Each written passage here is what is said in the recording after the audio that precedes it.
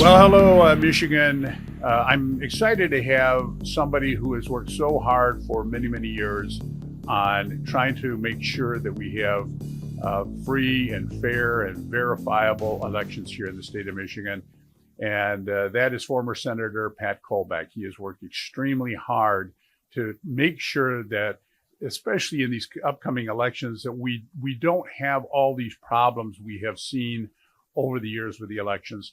And I think a good way for us to begin this is to have Pat to kind of give an overview of the rule of law hierarchy, so we kind of know where the hierarchy is within the rule of law, because there certainly is one. So with that, welcome, Pat, and go ahead and give us that update. Well, thank you very much, Senator Runstead. Yeah, when I started out in that senator position, one of the first things that I did when I started considering running for office was to read the Michigan Constitution. So all the people who are watching this, it's a lot of people will read the U.S. Constitution, but I also encourage you to read the Michigan Constitution. So the basic hierarchy for the rule of law in Michigan is worth a little bit of a refresher, because it plays into some of the recent events and court rulings regarding elections. So first and foremost, everybody, I believe, from their high school civics remembers that the United States Constitution, under Article 6, Section 2 of the U.S. Constitution, defines our U.S. Constitution as the supreme law of the land. Beneath that, we have our state constitution. And so our Michigan Constitution is right under the United States Constitution. From the Michigan Constitution, we go into Michigan compiled law or statute. That is whenever you see somebody in a news store or whatever referring to something that has an MCL prefix, well, that MCL stands for Michigan compiled law. And most of the election law is found in MCL section 168. So you'll hear some references about that today. And then also, after you get out of statute, which is the purview of the legislature, it's the legislature that defines what the laws of the land are.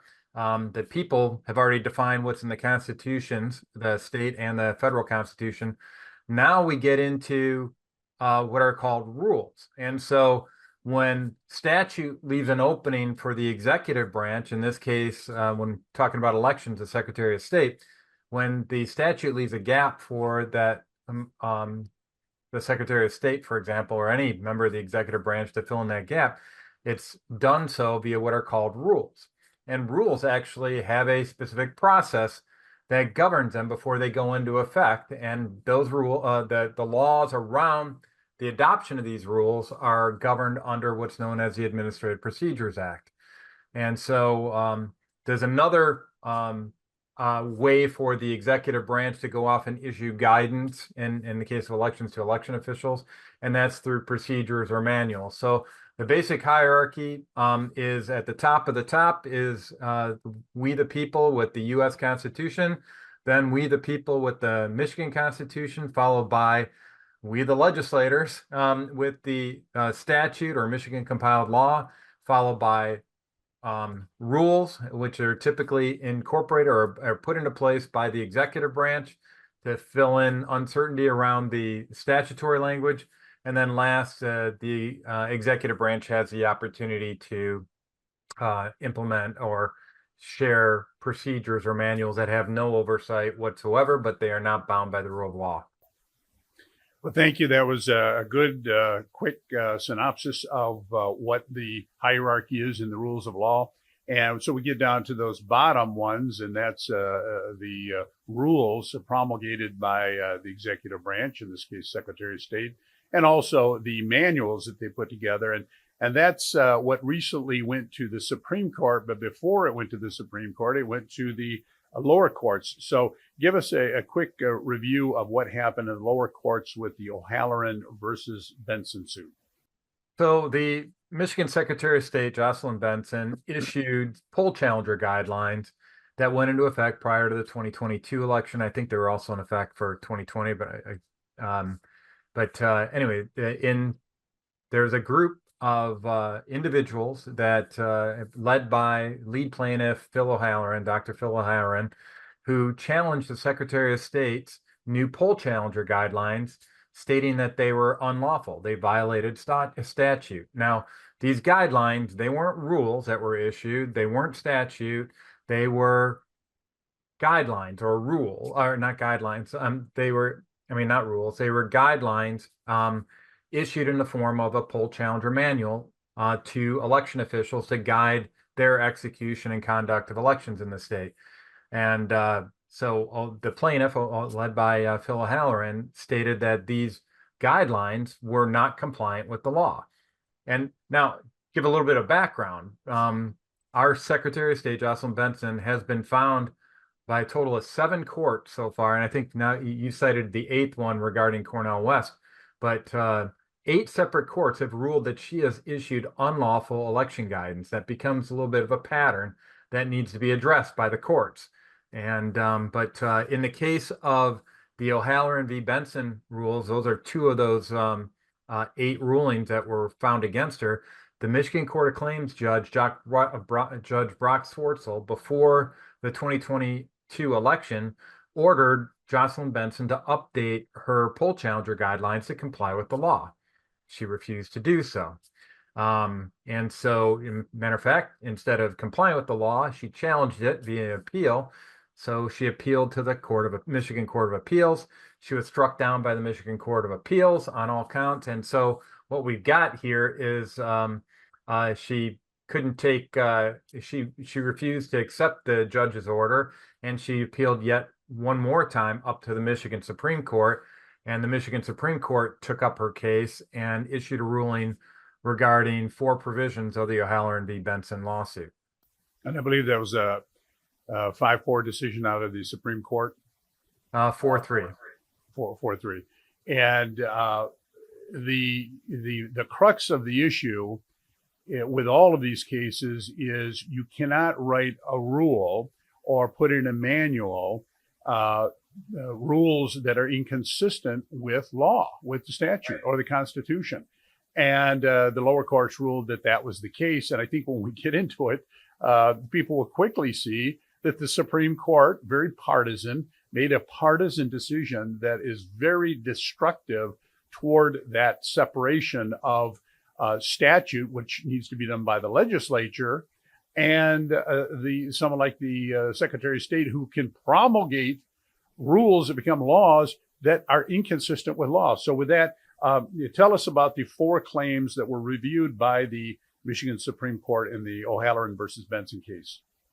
Just a quick note on the hierarchy again, why this is important in this case in particular, because she skipped the statute part of the hierarchy.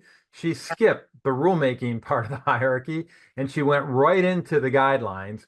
And that's because she didn't want to go through that process of having somebody else look at it. You're a member of the JCAR committee, which is tasked with the oversight of proposed rules by the Secretary of State. So the legislature has oversight of the executive branch when they attempt to push through rules that are not compliant with statute. And if they're not compliant with statute, they don't take effect if JCAR, the JCAR committee, which is a joint committee of House and Senate members, if they say that it doesn't pass muster, it doesn't pass muster and it doesn't take effect. In this case, what the Secretary of State is doing is, and which she's done repeatedly and consistently being struck down by the courts, is that she attempted to skip not only statute, she attempted to skip not only the rulemaking process, so she didn't have to go to JCAR, but she attempted to go directly to these guidelines, which had no oversight whatsoever. And that's what the plaintiffs in this case decided to hold her accountable on. And here are the 4 basic provisions that they challenged her on that the Michigan Court of Claims and the Michigan Court of Appeals ruled in favor of the plaintiffs on. In other words, they ruled against Jocelyn Benson on. So 1 dealt with requiring a certain set of credentials or normalized credentials being defined by the Secretary of State. And we'll get into why that's important a little bit later. They required that the poll challengers could only talk to this newly defined role called a poll challenger liaison for all their communications. Prior to that, a poll challenger can go to an election inspector or poll worker and say, I'm challenging your execution. I'm challenging this particular voter. I'm challenging a specific election process. And they would go to whoever had access to the poll book at the station they were working with. Now they have to go to some specially designated individual in order to do that. The other provision that they were challenging in their appeal to the Supreme Court dealt with the fact that the Secretary of State has given the authority to this newly defined role called a poll challenger liaison to define which challenges from a poll challenger are permissible and which ones are impermissible. Prior to the adoption of this rule, prior to the adoption of some other laws and statutory changes that have been promoted by the Democrats in the legislature of late, when a poll challenger issued a challenge, it was supposed to be documented in the poll book so that when county canvassers and state canvassers went to go off and review the notes about how an election was conducted, they could use the information in those poll book journals to determine whether or not they should certify the election or not. Well, due to recent statutory changes, they've taken that away.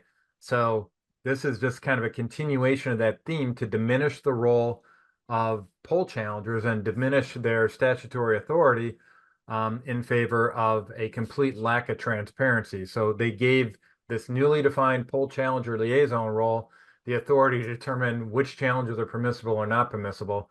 Nowhere in statute is that found. And then the last provision deals specifically around restrictions that the Secretary of State had put in place regarding poll challengers using electronic devices to record any potentially fraudulent activities that were going on at the polls. So those were the four key provisions, dealing with challenger credentials, dealing with the new role of a challenger liaison, and dealing with that liaison's authority to define what challenges are good or not good. And then last, dealing with restrictions on the use of electronic devices. So as I understand it, these are not in statute. They're something that she crafted on her own that are not consistent with the current law. Is that all correct? Well, one of them was consistent with the current law because the Supreme Court, the one dealing with electronic voting devices, the Democrats, after the 2022 election, notably after the lawsuit was filed, notably after the remedy sought by O'Halloran and all should have taken effect.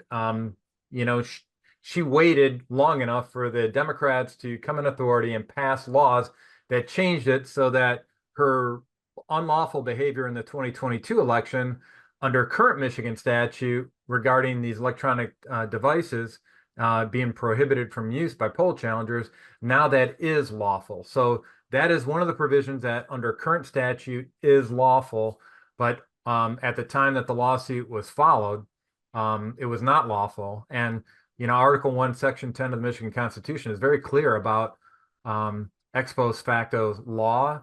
And right now, the Michigan Supreme Court effectively gave an ex post facto ruling that said, yeah, we know that she conducted an unlawful behavior back in 2022, but that's okay because now the law has changed. That's not the way our rule of law is supposed to work in the state, but the Michigan Supreme Court, which is currently under Democrat control, decided to look the other way on this. So they retroactively basically okayed the breaking of the law, which is terrifying because going forward, this is what we're having with the JCAR hearing that's going to be coming up, and they want to codify all of these rules pertaining to Senate Bill 603 that does not exist. And the big concern is that they're just going to let it go, play out, and break the law and have a negative impact on our elections, and then say, oh, well, that what's done is done. That's not how the rule of law is supposed to happen. So I want to kind of wrap up quickly here because I don't want to get too much into the weeds. It starts getting difficult for people to understand. Oh, you know me, Senator.